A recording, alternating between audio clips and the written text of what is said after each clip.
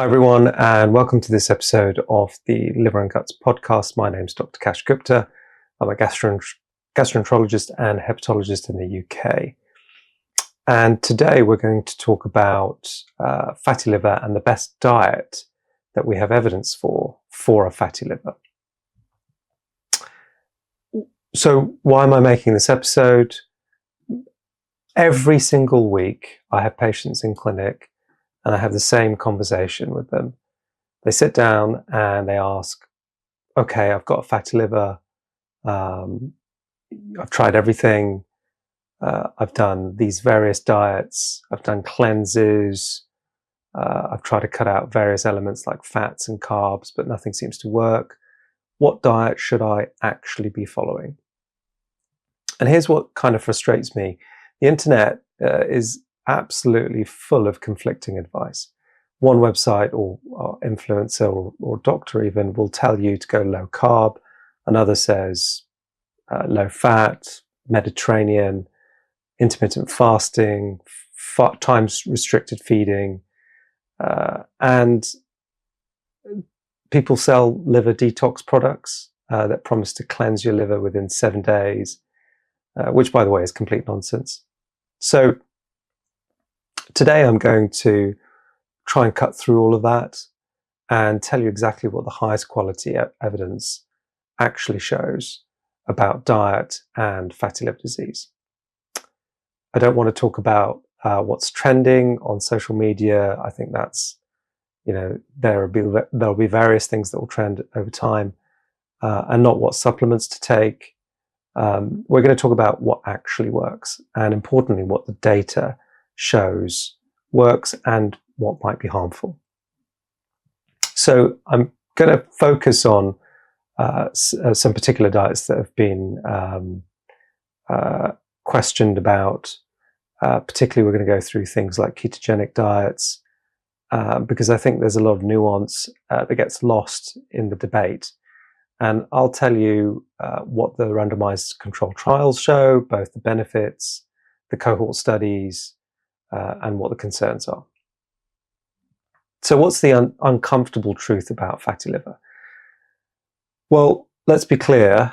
What we're actually talking about here is fatty liver disease. And we now call that MASLD, metabolic associated dysfunction steatotic liver disease.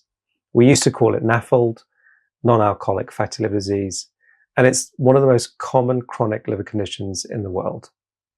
We're talking about roughly, I was going to say 1 in 4, but it's really as high as 40% of the population, 38% that have it. And in some populations, in population groups, it will be higher. There have been multiple systematic reviews estimating MASLD worldwide. And over the last decade or so, I've been seeing it go up and up and up. And the uncomfortable truth is that it doesn't get talked about enough. Most people with fatty liver don't feel sick. There's no pain, no obvious symptoms. You can have significant fat accumulation in your liver and feel completely fine. And that's actually the problem. Because fatty liver isn't just about having extra fat sitting in your liver doing nothing. For some people, we're talking about a significant minority, actually, roughly 1 in 20 with steatosis, that fat triggers inflammation in. So that inflammation can lead to scarring. Scarring, if it progresses, can lead to cirrhosis and even liver failure and liver cancer.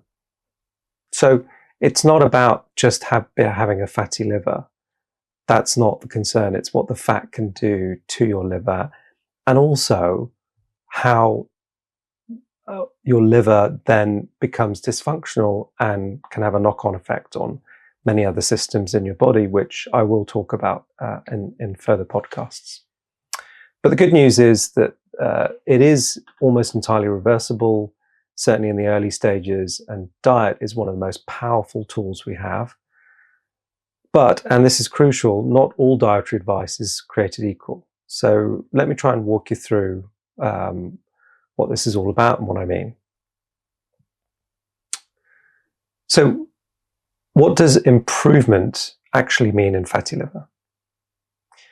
Before we talk about specific diets, we need to define what improvement actually means.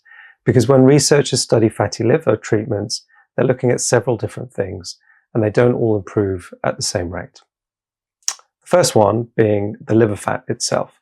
This is the most straightforward measure, and how much fat is actually stored inside your liver and liver cells. This is what most diet studies look at because it's the easiest thing to measure and the quickest thing to change. And the gold standard measurement is MRI, essentially. Proton density fat fraction MRI, which gives you an exact percentage. Now, that's not something that's widely available. It's mainly used in research. The second one is inflammation. And this is where things get way more serious.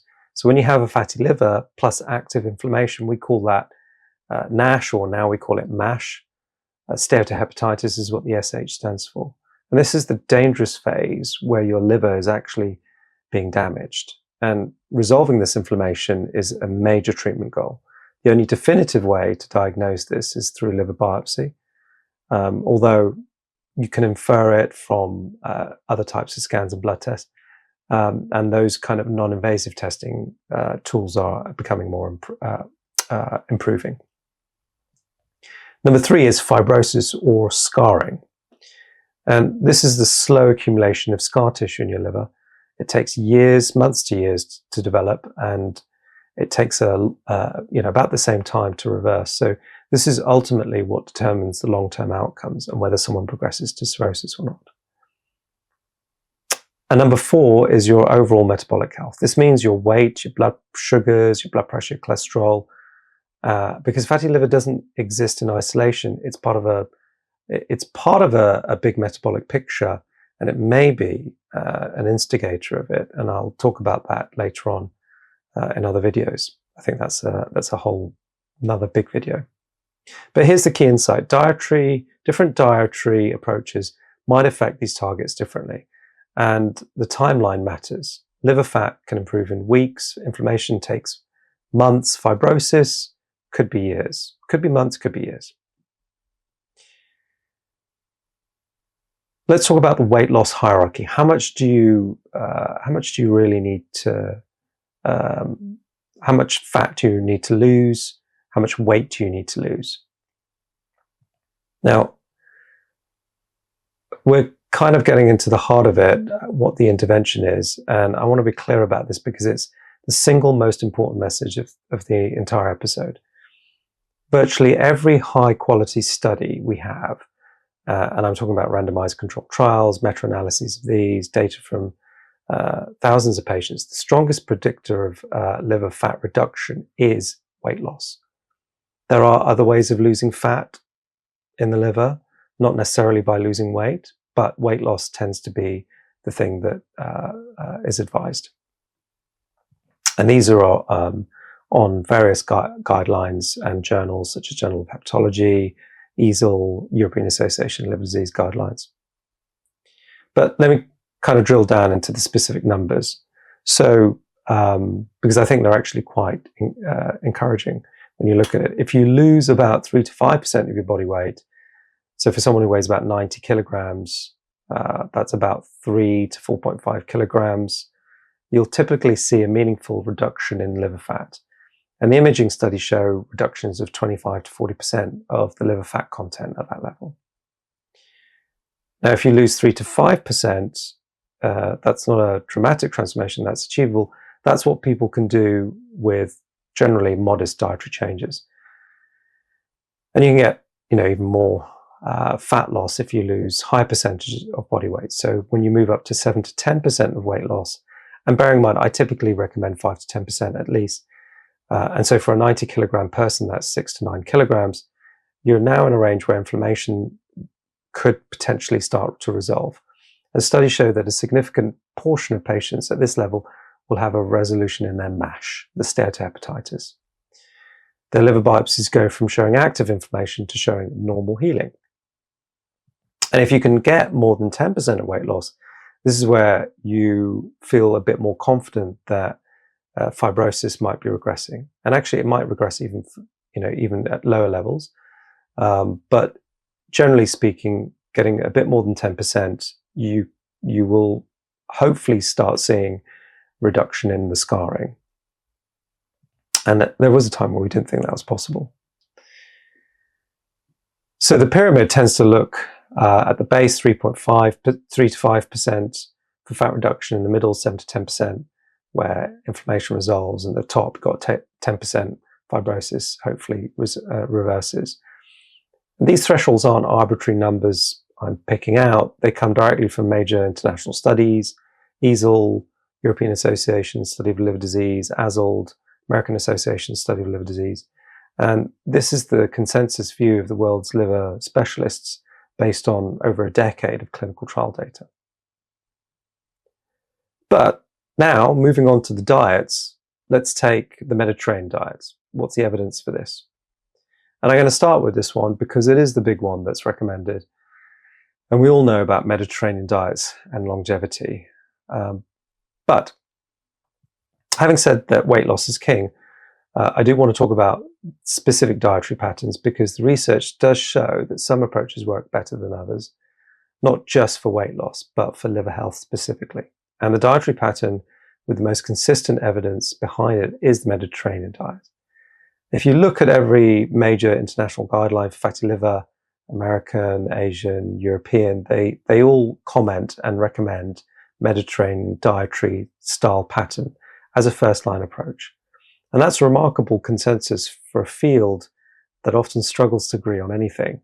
So what is the Mediterranean diet? What is it actually? And at its core, it's a pattern built around vegetables, legumes like lentils, chickpeas, whole grains, olive oil as your main fat source, as well as nuts and seeds, fish a few times a week, and modest amounts of poultry and dairy, and red meat is occasional, not daily. Ultra-processed foods are minimal.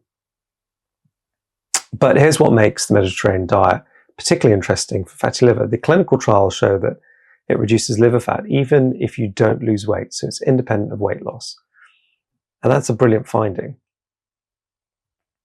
There was a study which included something called the Green Mediterranean Diet, which I'll talk about, what it is and why it works. And essentially, this was a study trial called the Direct Plus trial, published in Gut 2021. And it was an 18-month randomized controlled trial led by Ben Gurion University, and it introduced a concept called the Green Mediterranean Diet. And I think it's worth mentioning this. So what exactly is the Green Mediterranean Diet? It takes the standard Mediterranean diet and supercharges it with additional polyphenol-rich plant foods while further reducing red meat and processed meat intake. And here's what makes it different. So the first thing that I'll mention in there is Mankai, Wolffia globosa, which is a green protein shake. Now, I don't think you can get that in the UK or US very easily.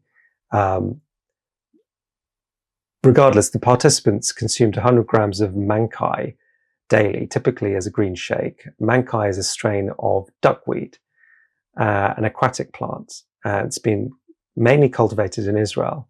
What makes it remarkable is its nutritional profile. It's one of the only plant sources that provides complete protein, all essential amino acids, and contains bioavailable ions, B12, high levels of polyphenols, which we'll talk at some stage. And the polyphenol content, which is very healthy for you, is approximately, they say 200 times higher than common vegetables. And in the Direct Plus trial, Mankai intake was independently associated with greater liver fat reduction even after controlling for overall weight loss. But I would say don't focus on that necessarily if you want to try something like the Green Mediterranean Diet. There are other types of green leafy foods that you can make shakes out, which have got high polyphenol content.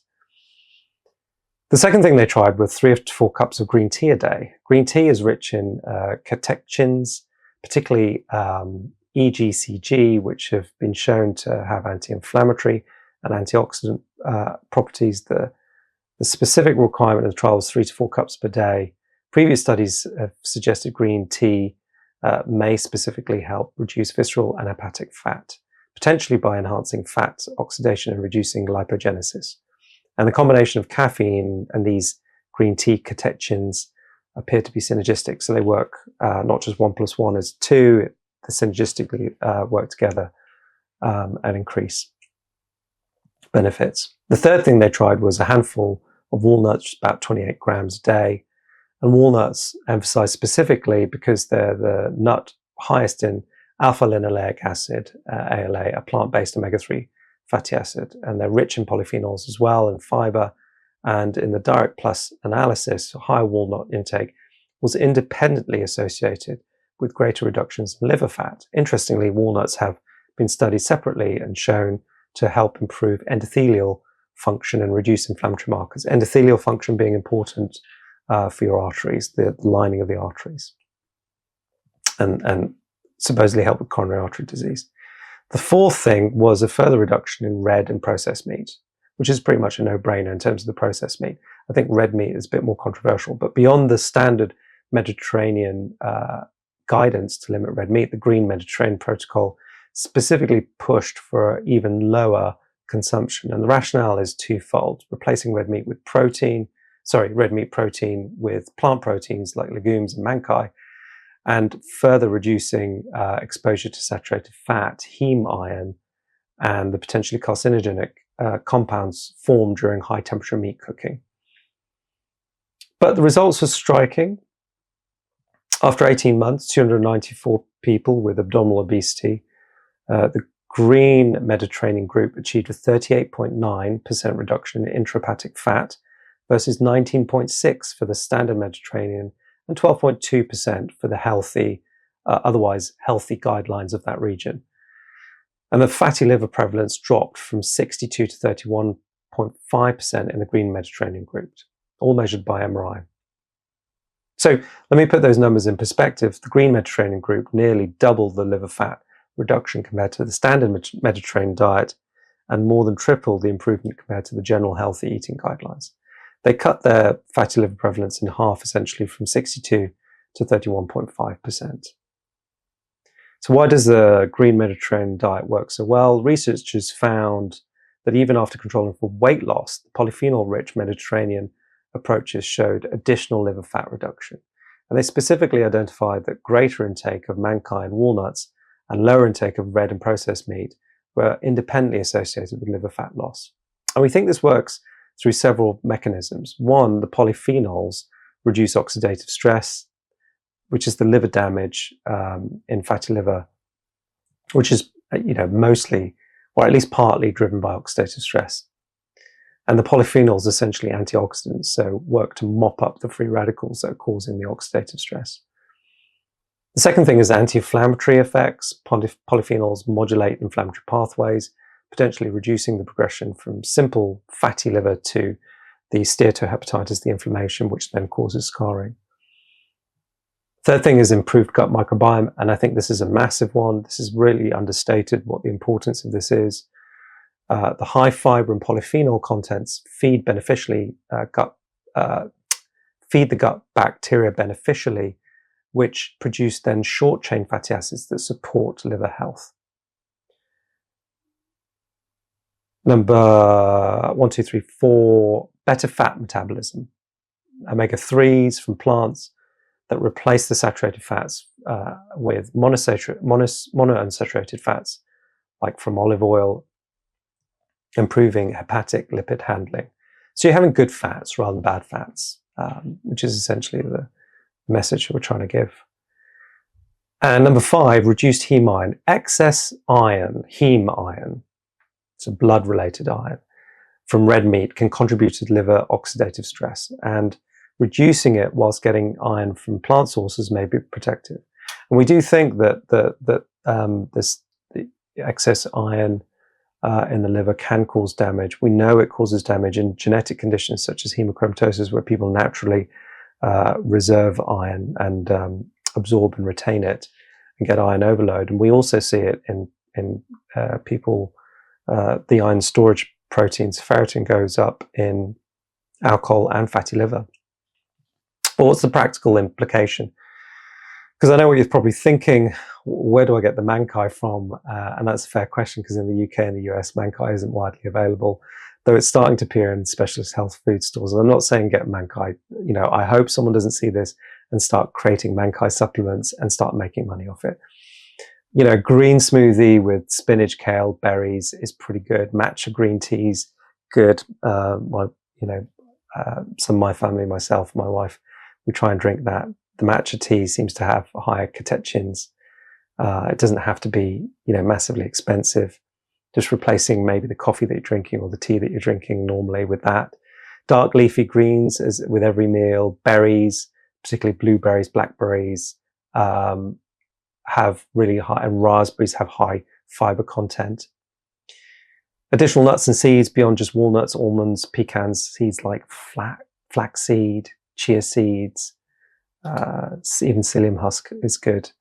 But the core message here is, if you're going to follow a Mediterranean diet, fatty liver, you should consider going green, push the polyphenol content even higher, and emphasize the plant proteins, and keep that red meat as low as you can manage. I love red meat.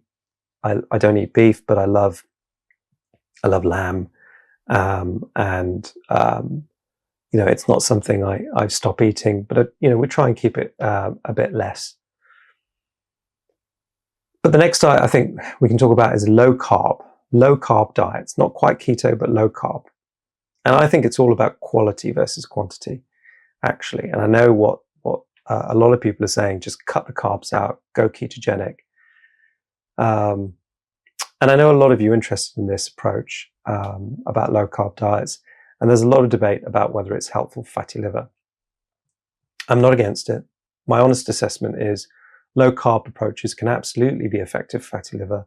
The evidence supports this, but, and this is a big but, the evidence suggests it's less about the total amount of carbs and more about the type.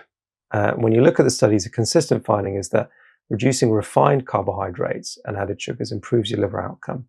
Things like white bread, white rice, pastries, biscuits, sugary cereals, and those sugary sweetened beverages, they're the worst because of the fructose, but they're the worst.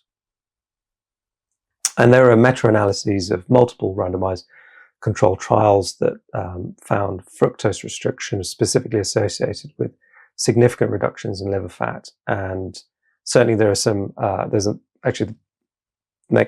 of the later videos I've been preparing for shows you how the fructose pathway is particularly bad and why it's bad. But the liver essentially is the primary organ for fructose metabolism, and excess fructose drives de novo lipogenesis, so production of fat by the liver. And fructose seems to be really bad for the liver. The liver processes it, gets overwhelmed by it in large amounts, and it converts that fructose directly into fat through a process, as I mentioned, de novo lipogenesis, essentially like pouring fuel on the fire. And so cutting out sugary drinks, that's an absolute no-brainer for fatty liver, and the evidence is pretty rock solid on that. And I'm sure you've heard about, people have mentioned this in podcasts and what have you, but I'll bring up and show you the pathway on a separate podcast. But there are certain nuances about this. There are no great head-to-head comparisons with things like Mediterranean diet versus a low-carb or keto diet. But when researchers compare low-carb diets with Mediterranean-style diets, i.e. a Mediterranean diet that is essentially quite low-carb, against other balanced approaches like low-fat to control for calories, they don't see massive differences for liver fat. There was a study in 2019, Gupta et al., where they looked at this Mediterranean low-carb and low-fat diets, and they all produced similar effects in liver fat when the calorie restriction was measured. So really here, it seems like quality of carbohydrates in that green Mediterranean diet, lots of polyphenols, seems to be superior than just calorie restriction alone on the surface. So swapping out refined carbs for whole grains, legumes, and vegetables, absolutely beneficial, but eliminating all carbs, including the fiber-rich ones, probably not necessary and potentially harder to sustain, I think. Symptomatically for some people, and I think there are other things that we'll talk about when you're in this podcast, that when you're eliminating good carbs, polyphenols, it can cause problems. So my practical advice, focus on improving your carbohydrate choices rather than counting grams. Cut the obvious culprits, the fizzy drinks, the sweets, the white breads, but don't stress about brown rice or chickpeas. The green leafy vegetables, they're working for you, they're not against you. Which brings me to keto, which essentially is trying to eliminate all the carbs. And I'll give you an honest assessment, including potential harms, I think. So I'll be honest, throughout conversations on ketogenic diets, this is the section where I'm going to give you a bit more detail than you'll find, I think, I've given elsewhere, because I think that the nuance matters. First, let me define what we're talking about. A true ketogenic diet is a very low carbohydrate diet. If you can have it at 0, great, but there's little bits of carbs in even meat. Typically, less than 20 to 50 grams per day is what you're going for, or less than 10% of your calories from carbohydrates. And this is restrictive enough to put your body into a higher state of nutritional ketosis, where you're primarily burning fat and producing ketone bodies for fuel. The short-term evidence, what looks good? The short-term evidence for keto and liver fat is actually quite positive. Studies lasting 8 to 12 weeks consistently show that ketogenic diets reduce liver fat, and sometimes dramatically. There's evidence in papers, Cell Metabolism 2020, 6-day ketogenic diet in obese individuals showed rapid reduction in hepatic fat, 31% relative decrease, and improvements in hepatic insulin sensitivity.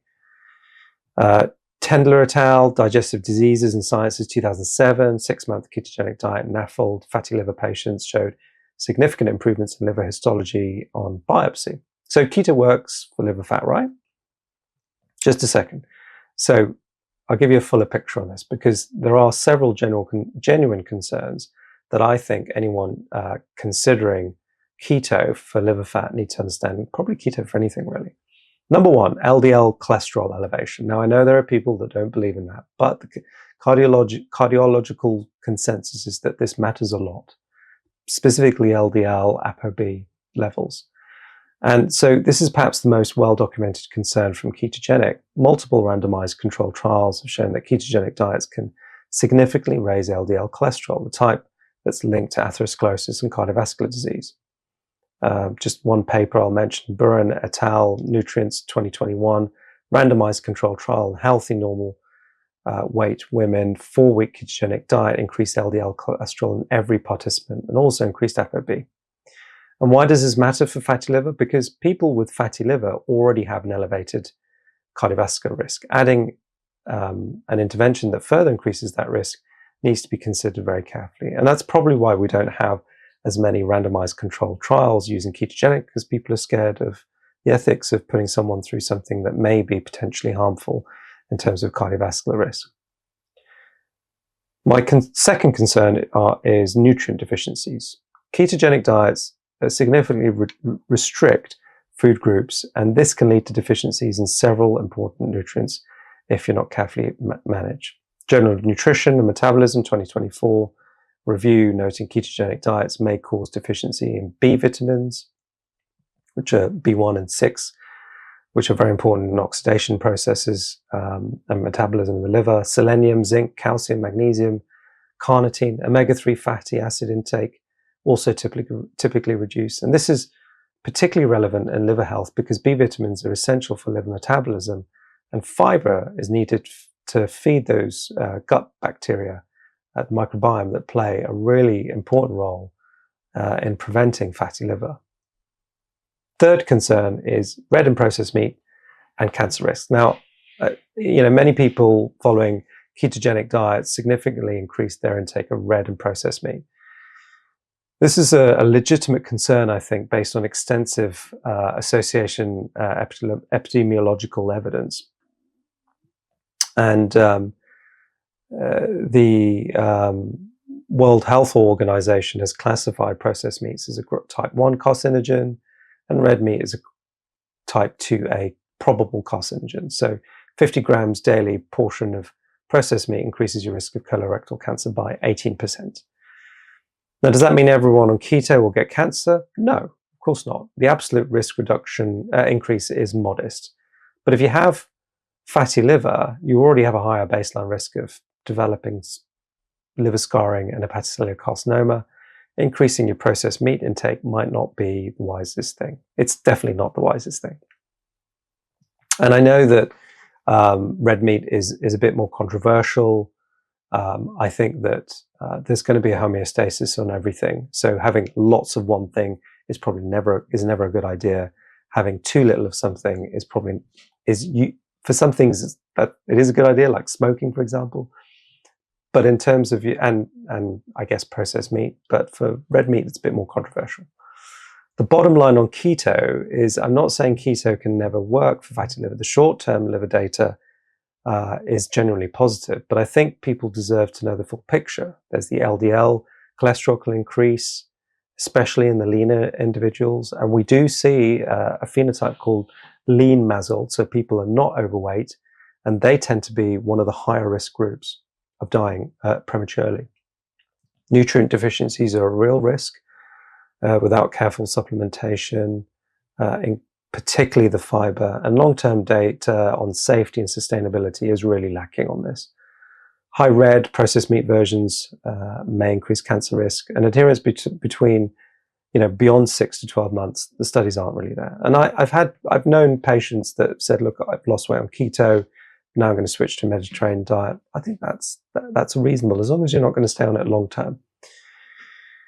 So my honest intake, if someone insists on trying keto, and by the way, I'm not saying people, it doesn't work for some people. Some people just have terrible symptoms from other diets. They remove things that they're reacting to, and they feel way better on keto. I'm not someone who's going to judge them on that. They do what makes them feel good. But I'd recommend, if you were going to try a Mediterranean keto approach, emphasizing the olive oil, fish, nuts, non-starchy vegetables rather than bacon and butter. Monitor your lipids closely, consider it a short-term intervention rather than a lifelong diet, and recognize that you can achieve the same liver fat benefits with a Mediterranean-style diet that has better long-term safety data. Next thing we're going to talk about is intermittent fasting, what the trials show. This was huge a few years ago, and I think some of the influencers and scientists may be backtracking on this a bit, because I think overall it ends up being calorie restriction. So intermittent fasting, time-restricted eating, 16-8 protocols. Short-term data is promising. Several recent randomized controlled trials have specifically looked at this. JAMA Network Open 2023, randomized control trial of 8 versus 16-hour time-restricted windows, eating over an 8-hour window and not eating over 16 hours in fatty liver patients over 12 weeks, showed significant reduction in fat by MRI and improvements in your liver enzymes. And other papers, Journal of Hepatology 2025, time-restricted eating showed improvements in fatty liver over 8 weeks. So again, these things work, but here's what the researchers themselves are pointing out. The benefits seem to come primarily through calorie reduction that naturally happens when you restrict your eating window. So when studies match calories between time restricted and normal eating patterns, the differences tend to diminish. And my take on fasting is this: if you're restricting your eating window and that helps you reduce your calories overall and you can sustain it, that's great. It's a valid approach. But it's not magic. It's not another tool for achieving calorie deficit that drives improvement. And I know that, some people feel that it's the insulin that's driving the fat accumulation. So if you bring your insulin down by having that bigger window of not eating, that's the main driver. I question that. If calories is what's working, then that's probably the main benefit. There may be some additional benefit from having a lower insulin level due to the fasting window, but the evidence doesn't tend to show that on these larger scale studies and meta-analyses. So the advantage of fasting over keto is that it doesn't restrict specific food groups. So You're less likely to develop nutrient deficiencies or problematic lipid profiles. You can do time-restricted eating while still following a Mediterranean dietary principle during your eating window. So I know bacon tastes great, sausages are great, steaks are great, even though I don't eat them. But if you can get the joy of eating through, something like the Mediterranean diet, and you want to put in fasting, it's a win, I think.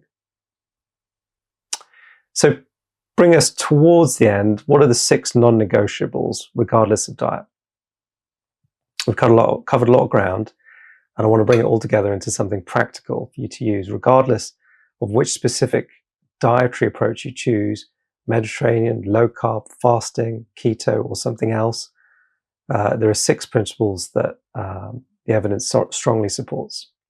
One is achieve a sustained calorie deficit. I said it multiple times, but it bears repeating.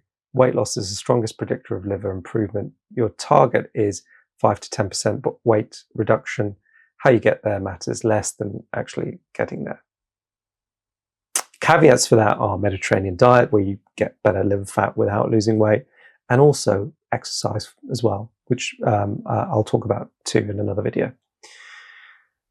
Number 2, eliminate sugar, sweetened beverages. You have to stop that. It's the single highest impact change, if you're drinking it, most people can make. The fizzy drinks, the fruit juices, sweetened coffees, teas, energy drinks, they all need to go. The evidence on fructose and de novo lipogenesis, so fructose pushing your liver to produce more fat, it's unequivocal. Number 3, reduce ultra-processed foods. If the ingredient list has 15 things you can't pronounce, it's probably not going to do your liver any favors. I think that's probably a bit of an unfair statement, actually. But I think everyone's got a good idea of what the ultra-processed foods are. If you can't make it at home, it's probably processed or ultra-processed. Focus on foods that look like they came, focus on foods that you feel that you can prepare at home. Number 4, improve your fat quality.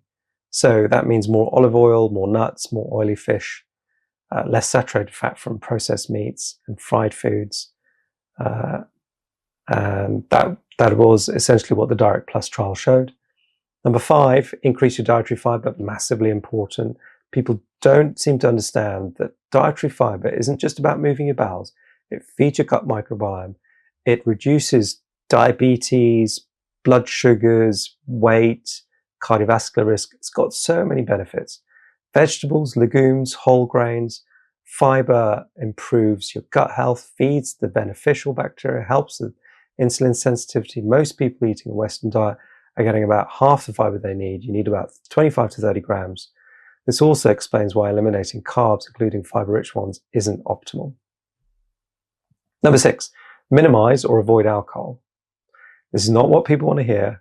I'm no fun, I know, but even moderate alcohol consumption causes stress to your compromised liver, especially if you've got a fatty liver, and it ruins your gut microbiome as well. And it can take weeks and longer for that to fix. So, it really is beneficial to try and avoid the alcohol. But what's my final take? The diet that actually works. Let me tell you, no single liver diet. Anyone selling you specific liver cleanse, detox protocols is taking advantage of you. The evidence simply doesn't support the idea that one particular hardcore approach is dramatically superior to all others. I know I presented the Green Mediterranean diet as the best. Not everyone is going to follow that specifically to the T. If you have a fatty liver, getting all the healthy components of a Mediterranean diet, perhaps some of the Green Mediterranean diet if you can, along with a calorie deficit and exercise protocols, is beneficial. When you go onto these diets, the key thing is you're avoiding a lot of the benefits, avoiding all the bad things, the sugary processed foods and meats and what have you. Sustained weight loss in the range of 5 to 10% of your body weight produces meaningful and sometimes dramatic improvements in fatty liver disease. And this is achievable for most people with realistic dietary changes. Mediterranean dietary pattern is the most consistent evidence behind it and is recommended by every major international guideline. It works even beyond its weight loss effects, likely through its anti-inflammatory properties. The Diet Plus trial showed us that polyphenol-rich green Mediterranean approach can nearly double the liver fat reduction compared to standard advice, but other diets do work as well when you're sensible about them. So do what you can achieve and sustain. Low-carb approaches can be effective as well, primarily because they often reduce refined carbohydrates and help achieve calorie deficits, but the evidence supports improving carb quality rather than eliminating the carbs entirely. Ketogenic diets show short-term and medium-term benefits for liver fat. They come with some concerns, such as LDL cholesterol, nutrient deficiencies, long-term safeties, but data is not quite there. And so the evidence for the Mediterranean diet is simply better. And time-restricted eating is really a technique to help you calorie deficit.